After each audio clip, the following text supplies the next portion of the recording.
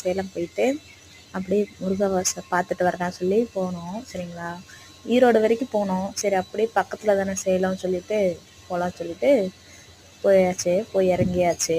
சரிங்களா, நானும் என் தங்கச்சி நான் தங்கச்சி வீட்டுக்காரு, எங்கள் வீட்டுக்காரு, சரிங்களா, 3 பேர் போயிருந்தோம். அப்படியே கடையெல்லாம் இருந்துச்சு, பார்த்துட்டே போயிருந்தோம். முருகா பார்க்க ரொம்ப சந்தோஷமாக இருந்துச்சு. சரி வரும்போது ஏதாவது வாங்கிக்கலாம் அப்படின்னு சொல்லிட்டு பாருங்கள், எல்லோருக்கும் முருகர் தரிசனம். போனோன்னே ஒரு நல்லா சாமி கும்பிட்டுட்டு அப்புறம் நல்லா ஃபோட்டோஸ்லாம் எடுத்தோம். ஃபோட்டோஸ்லாம் எடுத்துகிட்டு அப்படியே கோயிலுக்குள்ளே போயாச்சு. கோயிலுக்குள்ளே சரியான கூட்டம்ப்பா. ஞாயிற்றுக்கிழமைனால சரியான கூட்டமாக இருந்தாங்க. அப்புறம் நல்லா சாமி முருகரை போய் பக்கத்தில் போய் கும்பலாம் சொல்லி மேலே போயாச்சு. மேலே போன உடனே டோக்கன் வாங்கணுமாம்மா. நம்ம முருகர் பாதத்தை தொடணும்னா டோக்கன் வாங்கணும்னு சொன்னாங்க. வாங்கிட்டு பாதத்தை தொட்டு எல்லாரும் நல்லா இருக்கணும் முருகா ஆண்டவரே, எல்லோரையும் நல்லா வச்சுக்கோங்க கடவுளே, முருக பெருமானேன்னு சொல்லி வேண்டிட்டு அப்புறம் தின்னார் வந்தாங்க. நல்லா பட்டை அடிச்சுட்டு அப்புறம் கோயிலுக்கு பின்னாடி மலை இருக்குது. மலையில் ஒரு கோயில் இருக்காமா, குட்டி கோயில்.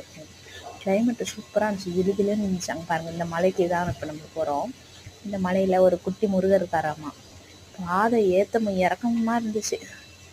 அப்பாடின்னு கஷ்டப்பட்டு ஏறி எப்படியோ மேலே போயாச்சு. நமக்கு எப்படி சொல்கிறது, மலை ஏறினா ரொம்ப கஷ்டமாக இருந்துச்சு. நம்ம முருகரை பார்க்கணுன்னு நினைக்கும் போது சந்தோஷமாக இருந்துச்சு. கல் முள்ளும் காலுக்கு மெத்தை மாதிரி தான் இருந்துச்சு. அப்புறம் முருகரை பார்த்தாச்சு பாருங்கள். அப்புறம் ஃபோட்டோஸ்லாம் எடுத்தோம். எடுத்துகிட்டு அந்த மலையிலே உட்காந்து கொஞ்சம் கொஞ்சம் ஃபோட்டோஸ் எடுத்துகிட்டு எங்கள் வீட்டுக்கார் வந்து வீடு கட்டிகிட்டு இருந்தார். எனக்கு பார்க்க சந்தோஷமாக இருந்துச்சு. எங்கள் வீட்டுக்கார் எப்போயுமே வீடே கட்ட மாட்டார், எந்த கோயில் போனாலும். இந்த கோயிலில் என்ன நினச்சாருன்னு தெரியல, வீடு கட்டிகிட்டு இருந்தார். பார்க்க சந்தோஷமாக இருந்துச்சு. அது கல் நிற்கவே மாட்டேன்ருச்சு.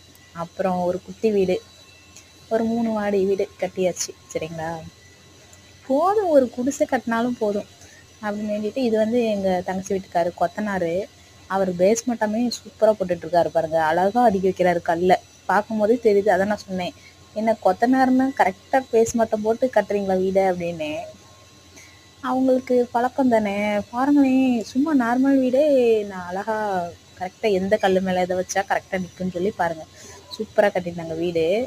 அப்புறம் அப்படியே வீடை பார்த்துட்டு ஒரு வீடியோ எடுத்துகிட்டு அப்படியே கீழே இறங்கியாச்சு. கீழே இறங்கி மழை வேறு வந்துருச்சுப்பா, லேட் ஆயிடுச்சு.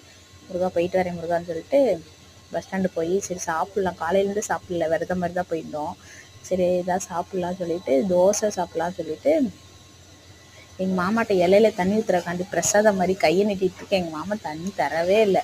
அப்புறம் நானே தண்ணி எடுத்து இலையில தொளிச்சுட்டு அப்புறம் சாப்பிட ஸ்டார்ட் பண்ணியாச்சு. அங்கே சேலத்தில் என்னென்ன வாங்கினேன் அடுத்த வீடியோவில் எல்லாமே ஷேர் பண்ணுறேன். சரிங்களா.